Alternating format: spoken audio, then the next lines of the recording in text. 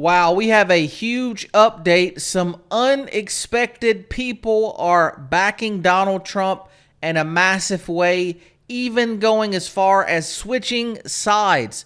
Let's watch this video and discuss the implications for November. Has been making his pitch to big money donors, but some Silicon Valley tycoons are riding the Trump train. That includes one woman who fundraised for Barack Obama back in 2008, but says President Biden is asleep at the wheel. And to double down, she's also selling a ton of Democrat memorabilia, including JFK's rocking chair and also the original Obama Hope campaign canvas featured on many campaign ads. Allison Wynn is that former Silicon Valley Democrat, and she joins me now. Allison, good morning to you. So it sounds like you've done a political 180. Why?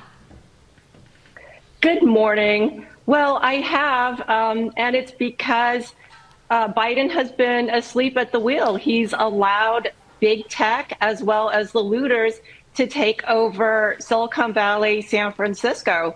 San Francisco has been this science experiment that's gone awry.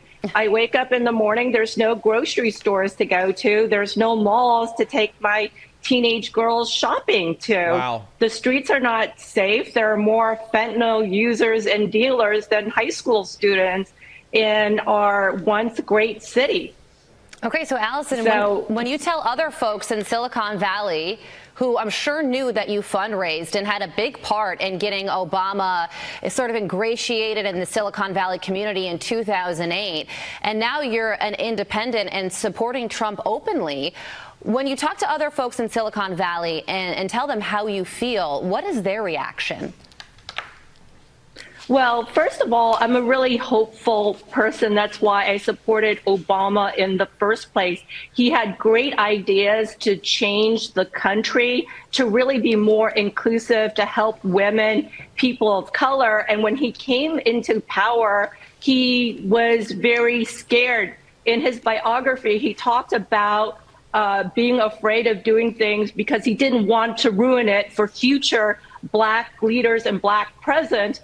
And therefore, he let the government bureaucracy and red tape take over him. Wow. Whereas Trump was very specific with coming out with great ideas to allow people to, grow great wealth. And Biden is changing that, right? Right now, it's very hard in this country to make money unless you work for a big tech company.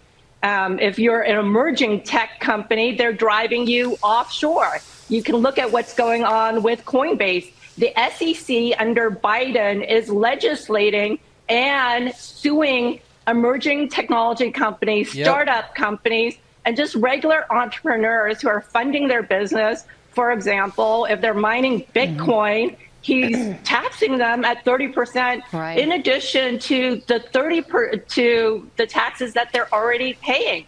It's very difficult to be an entrepreneur Understood. in the first place. Hey, Allison, before we let you go, I just want to ask, because you just recently visited Donald Trump at Mar-a-Lago. Not everybody gets a meeting with the former president at his golf club in New Jersey. What did you talk about, and what did you walk away thinking about the former president? Well, I thought he was really specific with ideas that can really improve our economy, lowering taxes for regular people, lowering taxes for emerging startup companies, making it easier for emerging tech such as AI, blockchain companies. They will lead the next wave of the industrial revolution, and we need specific policies to encourage that innovation. And you saw what he did with the 2016 Jobs Act. It was very specific to help increase real estate redevelopment in blighted urban communities. And he worked with the Democrats in that. I have faith in him coming up with very specific prescribed solutions to help our struggling country and make all Americans wealthy and not just the few elites. Wow, that's amazing. And that's true. We have so much regulation, so much red tape. You've got to be at one of the massive companies to gain significant wealth. If you're trying to start something new, you will be buried in taxes. You will be buried in regulation. We do not want a country that tells innovators they're not welcome. We do not want to send innovators overseas. We want innovators here in the United States of America.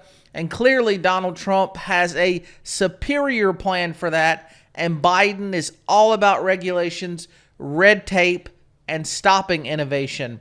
And although some polls recently have showed Biden gaining on Trump, the Real Clear average still shows that Trump is in the lead nationally, and most polls show Trump winning in the swing states.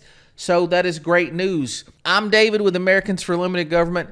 If you enjoy this video, hit subscribe, the button. We'll be back with more soon. Take care.